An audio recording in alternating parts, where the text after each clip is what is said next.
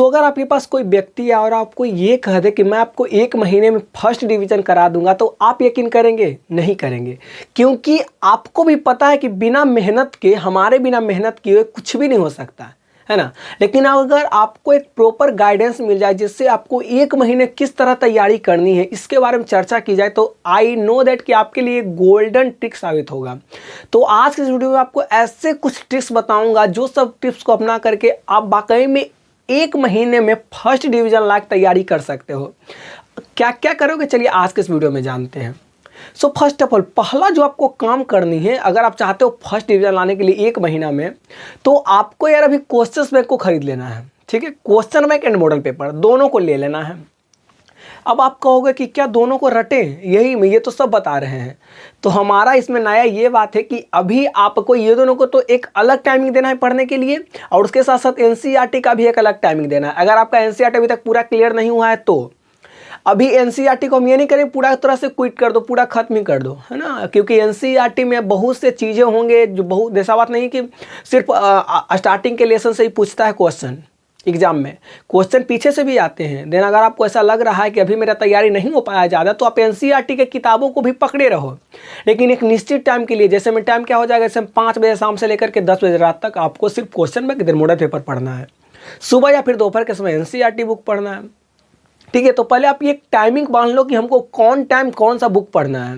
लेकिन ये ध्यान रखो कि अभी का जो टाइमिंग है वो है खास करके क्वेश्चन बैंक पर एंड मॉडल पेपर पर। अगर आपकी तैयारी एनसीईआरटी से पूरी हो चुकी है तो आपको ये जरूर सजेस्ट करनी चाहिए, लेकिन नहीं हुई है, जैसे बहुत लोगों का मैथ मतलब आधा अधूरा रहता है, तो मैथ पर प्रॉपर ध्यान दें, कृपया कर एनसीईआरटी से ही।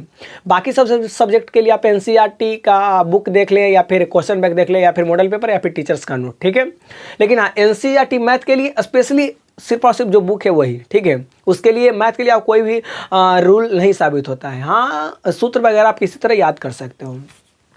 तो कुल मिलाकर मेरा ये बात है कि questions bank and model paper पर आपको विशेष प्रकार का भी ध्यान देनी है। ठीक है, अभी आपको टाइमिंग मान लेनी है। सेकेंड नंबर है कि ऑब्जेक्टिव्स अभी आप ज़्यादा ध्यान दो, क्योंकि आपको पता है कि ऑब्जेक्टिव आधा आधी आने वाले हैं आपके बोर्ड एग्जाम में। तो आधा आधी आएंगे, यानी कि क्वेश्चन बैंक से भी आने की संभावनाएं हैं। अब हम ये नहीं कहेंगे कि क्वेश्चन बैंक से क्वेश्चन आएंगे ही आएंगे, मतलब ऑब्जेक्टिव क्वेश्चन। सब्जेक्टिव तो आते ही हैं कुछ कुछ, लेकिन ऑब्जेक्टिव क्वेश्चन आएंगे कि नहीं इस पर हम कंफर्म नहीं बात करेंगे। लेकिन इतना बात है कि अगर आप मतलब लॉन्ग क्वेश्चन पढ़ जाते हो क्वेश्चन बैंक से, तो आपको एग्जाम में ऑब्जेक्टिव भी देखने को मिलेंगे। ठीक है, लॉन्ग क्वेश्चन से मिले या फिर शॉर्ट क्वेश्चन से मिले। सो ये काम आपको जरूर कर लेनी है। ऑब्जेक्टिव के लिए या तो आप क्वेश्चन बैंक के बड़े बड़े क्वेश्चन पढ़ो, या फिर एनसीईआरटी का बुक पढ़ो, जिससे आपका ऑब्जेक्टिव ज़्यादा क्लियर हो पाएगा। थर्ड नंबर रूल मेरा ये है दोस्त कि अगर आप चाहते हैं कि वाकई में आपका नंबर बढ़े, तो आपको राइटिंग पर भी विशेष प्रकार के ध्यान देनी चाहिए। क्योंकि ऐसा कहा गया है कि मैथ को छोड़ करके बाकी जितने भी सब्जेक्ट हैं सब आपको राइटिंग के अनुसार आपका नंबर मिलता है। तो राइटिंग तो ज़रूरी है। अब राइटिंग ज़रूरी है तो राइटिंग में क्या किया जाए, तो अब आप राइटिंग तो नहीं लिख सकते हैं हर दिन 1 पेज। इसके लिए आपको करना क्या है कि क्वेश्चंस बैंक हो, या फिर मॉडल पेपर हो, या फिर एनसीईआरटी हो, या हिंदी ग्रामर हो, इंग्लिश ग्रामर हो, कोई भी चीज़ का कोई एक क्वेश्चन उठाओ, देन उसको सॉल्व करना शुरू करो। जैसे मैं पत्र ही लिखना शुरू कर दो, निबंध ही लिखो, इसका प्रैक्टिस भी किया करो। जैसे मैं बहुत लोग करते हैं कि हिंदी का प्रैक्टिस नहीं करते हैं, तो बहुत बड़ी गलती करोगे।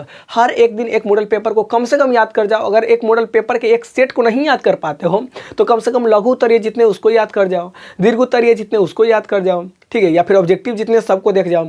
मॉडल पेपर एंड क्वेश्चन में कि अगर आप ऑब्जेक्टिव को देखेंगे तो आपको 30% ऑब्जेक्टिव वैसे भी क्लियर हो जाएंगे, और 20% के लिए तो आपको एनसीईआरटी पढ़नी चाहिए। सो एनसीईआरटी जरूरी है, लेकिन हाँ, अगर अभी आप क्वेश्चन में मॉडल पेपर पर ध्यान देते हो तो इसमें कोई गलत बात भी नहीं है। ठीक है, तो आपको राइटिंग भी साथ साथ सुधारनी चाहिए। नेक्स्ट टिप्स है कि अभी आपको क्रैश कोर्स की तरह तैयारी करनी है। क्रैश कोर्स क्या होता है जी? क्रैश कोर्स एक वैसा कोर्स होता है जिसमें आपको पहले एक ऐसा चार्ट बनाना होता है, एक ऐसा पेज लो, उसमें आप लिखो कि आपको कौन कौन चैप्टर नहीं बिल्कुल भी आप नहीं पढ़े हो। जो चैप्टर आप बिल्कुल भी नहीं पढ़े हो, कम से कम उसका नाम लिखो, और देन उसके बारे में हल्का ही जानो। जैसे मान लो कि आप मान लो कि त्रिविमीय ज्यामिति नहीं पढ़े हो, 12th का एक चैप्टर है मैथ का, तो मान लो कि आप 3 डायमेंशन अभी तक नहीं पढ़ पाए हो, तो अभी तो आपके पास समय भी नहीं है पढ़ने का ज़्यादा। ऐसे में क्या करोगे, उसके फॉर्मूलाज हैं उसको देख लो कम से कम, क्योंकि फॉर्मूला से भी बहुत सारे ऑब्जेक्टिव एंड बहुत सारे शॉर्ट क्वेश्चन होते हैं, अति लघु उत्तरीय प्रश्न या फिर लघु उत्तरीय प्रश्न, वो बन जाएंगे। ठीक है, इस कारण से कहते हैं आपको दोस्त कि कम से कम आपको ये काम करनी है कि अभी आपको जो चीज़ नहीं भी पढ़े हो उसको भी हल्का हल्का थोड़ा थोड़ा ही पढ़ लो, लेकिन हाँ उसको छोड़ो मत, मिस मत करो, क्योंकि मिस करोगे तो आपको बहुत ज़्यादा मतलब कि दिक्कत देखने को मिलेगी। ठीक है, तो आपको ये काम नहीं करनी, ठीक है, मिस नहीं करना है कोई भी क्वेश्चंस को एंड कोई भी सूत्र को, कोई भी चैप्टर को, हर एक चैप्टर के बारे में हल्का हल्का ही जानो लेकिन जानो। ठीक है, उसके बाद नेक्स्ट टिप्स मेरा ये कहता है कि अगर आपको एग्जाम के समय चाहते हैं कि फर्स्ट लाने के लिए, तो आपको एग्जाम के टाइम में जितने भी क्वेश्चंस आते हैं, जैसे मान लो कि 13 क्वेश्चन में आपको 15 क्वेश्चंस बनाने हैं, तो आपको 15 क्वेश्चंस चाहे जैसे भी हो उसको बना लेना है, छोड़ना नहीं है। क्योंकि अगर आप क्वेश्चंस को क्विट करते हो तो आपका जो नंबर होता है वो भी क्विट होता जाता है, ठीक है, वो भी कम होता जाता है। जैसा जैसा क्वेश्चन छोड़ेगा वैसे वैसे नंबर घटेगा। देन क्वेश्चन छोड़ने का मतलब क्वेश्चन छोड़ो ही मत, चाहे जो हो जाए, जैसे भी बनाओ क्वेश्चंस बनाओ। अब आप कहोगे कि कैसे बनाएंगे, नहीं आएगा तो कैसे बनाएंगे, तो इसके लिए प्रैक्टिस जरूरी है। प्रैक्टिस करोगे नहीं तो कैसे काम चलेगा, तो प्रैक्टिस करो अभी से ही, ठीक है, मॉडल पेपर से करो, क्वेश्चन बैंक से करो, कोई भी चीज़ से करो, लेकिन हाँ प्रैक्टिस करो। प्रैक्टिस करोगे तो ही आपको ज़्यादा चीज़ों को समझ पाओगे।